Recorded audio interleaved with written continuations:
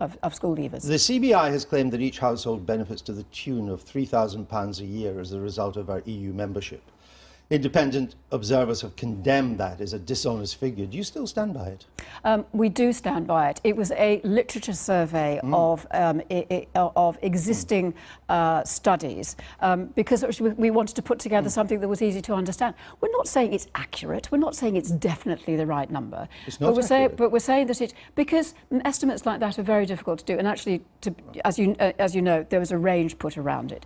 I mean, I think what we are saying, to be absolutely clear, standards of living have doubled since the UK joined the European Union. They've gone to about £20,000 household income to about £40,000 of household income.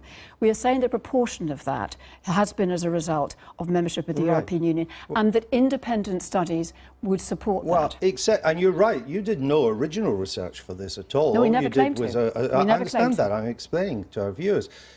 You simply did a survey of research papers. But it turns out when you look, actually you cherry-picked those research papers that had pro-EU conclusions. That is not Well, you did true. not use, I've got the list of the ones that you didn't use here. You omitted the IOD, you admitted the National Institute for Economic and Social Research, you admitted the IEA, you even admitted the US Trade Commission survey of what it meant, all to get this £3,000 figure, which Andrew, you now tell me isn't accurate. It is not true. The evaluation that we did of the different surveys, we omitted as many that were on one side as on the other side, and they were on the basis of very clearly set out criteria. There's a 20-page paper on this, which anyone can go and read, which sets out the methodology I know, very but you just seem to be biased against those that didn't come to the conclusion you want. I mean, don't take it from me. Channel 4's respected fact check concluded, quote, the figure is not based on any real evidence. The chairman of the Treasury Select Committee described it as, quote, a scandalous misuse of data and intellectually dishonest. And we went back to him and we set out the facts because I don't think he had read the paper.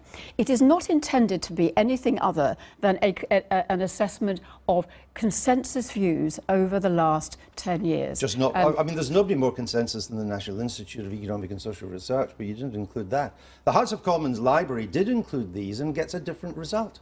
I think that the really important thing now is to be focusing on what this would mean for the decision for the country. You're telling people that households would be £3,000 a year worse off if we were to leave. No, that's not what... Or you're saying that we're £3,000 better off by remaining.